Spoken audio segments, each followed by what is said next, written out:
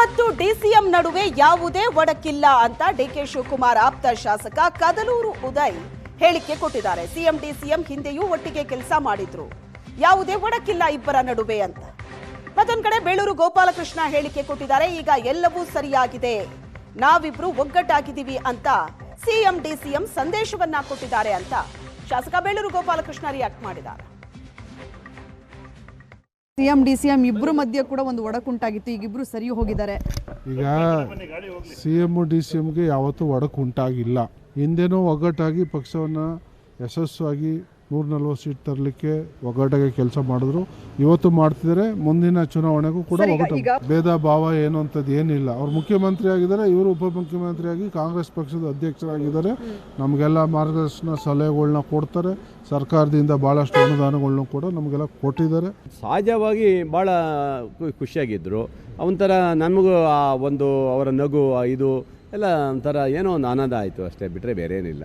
ಒಂದು ರಾಜಕೀಯವಾಗಿ ಗೊಂದಲ ಇದ್ದಂಥ ಸಂದರ್ಭದಲ್ಲಿ ವಿರೋಧ ಪಕ್ಷದ ಬಾಯಿ ಮುಚ್ಚುವಂಥ ಕೆಲಸವನ್ನು ಇವತ್ತು ಆಗಿದೆ ಅಂತ ನಾನು ತಿಳ್ಕೊಂಡೇನೆ. ಒಳ್ಳೆಯ ಒಂದು ಸಂದೇಶ ಕೊಟ್ಟಿದ್ದಾರೆ, ಒಳ್ಳೆಯದಾಗಿದೆ ಅಂತ ತಿಳ್ಕೊಂಡು ನೋಡಿ. ರಾಜ್ಯದ ಇವತ್ತು ನಾಯಕರು ಒಂದಾಗಿ ಇವತ್ತು ತಮ್ಮ ಸಂದೇಶವನ್ನು ಕಳಿಸಿದಾಗ ಕೇಂದ್ರ ನಾಯಕರು ಏನಾರು ಒಂದು ತೀರ್ಮಾನ ಮಾಡಿ ಬಗೆಹರಿಸ್ತಾರೆ ಅಂತ ನನಗೆ ಅನಿಸ್ತದೆ. ಅವ್ರೇನು ತೀರ್ಮಾನ ಮಾಡ್ತಾರೆ ಅದಕ್ಕೆ ನಾವು ಬದ್ಧರಾಗ್ತೇವೆ ಅಷ್ಟೇ. ನಾವೇನು ಹೇಳುವಂಥವ್ರು ಅಷ್ಟು ದೊಡ್ಡವರಲ್ಲ ನಾವು.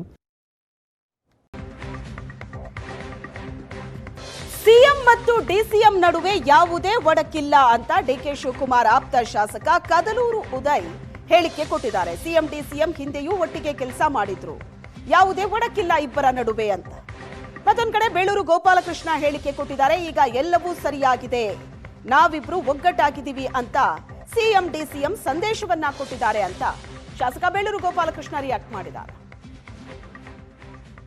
ಸಿಎಂ ಡಿಸಿಎಂ ಇಬ್ಬರು ಮಧ್ಯೆ ಕೂಡ ಒಂದು ಒಡಕುಂಟಾಗಿತ್ತು, ಈಗ ಇಬ್ರು ಸರಿ ಹೋಗಿದ್ದಾರೆ. ಈಗ ಸಿಎಂ ಡಿಸಿಎಂಗೆ ಯಾವತ್ತೂ ಒಡಕು ಉಂಟಾಗಿಲ್ಲ. ಹಿಂದೆನೂ ಒಗ್ಗಟ್ಟಾಗಿ ಪಕ್ಷವನ್ನು ಯಶಸ್ವಿಯಾಗಿ 140 ಸೀಟ್ ತರಲಿಕ್ಕೆ ಒಗ್ಗಟ್ಟಾಗಿ ಕೆಲಸ ಮಾಡಿದ್ರು, ಇವತ್ತು ಮಾಡ್ತಿದ್ದಾರೆ. ಮುಂದಿನ ಚುನಾವಣೆಗೂ ಕೂಡ ಒಗ್ಗಟ್ಟು, ಭೇದ ಭಾವ ಏನು ಅಂತದ್ದು ಏನಿಲ್ಲ. ಅವ್ರು ಮುಖ್ಯಮಂತ್ರಿ ಆಗಿದ್ದಾರೆ, ಇವರು ಉಪಮುಖ್ಯಮಂತ್ರಿಯಾಗಿ ಕಾಂಗ್ರೆಸ್ ಪಕ್ಷದ ಅಧ್ಯಕ್ಷರಾಗಿದ್ದಾರೆ. ನಮಗೆಲ್ಲ ಮಾರ್ಗದರ್ಶನ ಸಲಹೆಗಳನ್ನ ಕೊಡ್ತಾರೆ. ಸರ್ಕಾರದಿಂದ ಭಾಳಷ್ಟು ಅನುದಾನಗಳನ್ನೂ ಕೂಡ ನಮಗೆಲ್ಲ ಕೊಟ್ಟಿದ್ದಾರೆ. ಸಹಜವಾಗಿ ಭಾಳ ಖುಷಿಯಾಗಿದ್ದರು. ಒಂಥರ ನಮಗೂ ಆ ಒಂದು ಅವರ ನಗು ಇದು ಎಲ್ಲ ಒಂಥರ ಏನೋ ಒಂದು ಆನಂದ ಆಯಿತು ಅಷ್ಟೇ, ಬಿಟ್ಟರೆ ಬೇರೆ ಏನಿಲ್ಲ. ಒಂದು ರಾಜಕೀಯವಾಗಿ ಗೊಂದಲ ಇದ್ದಂಥ ಸಂದರ್ಭದಲ್ಲಿ ವಿರೋಧ ಪಕ್ಷದ ಬಾಯಿ ಮುಚ್ಚುವಂಥ ಕೆಲಸವನ್ನು ಇವತ್ತು ಆಗಿದೆ ಅಂತ ನಾನು ತಿಳ್ಕೊಂಡೇನೆ.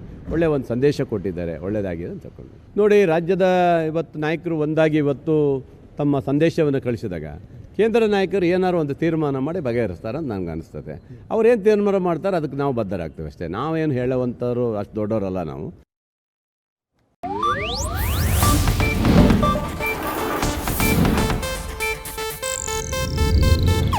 ಇದು ಏಷ್ಯಾನೆಟ್ ನ್ಯೂಸ್ ನೆಟ್ವರ್ಕ್ ಪ್ರಸ್ತುತಿ.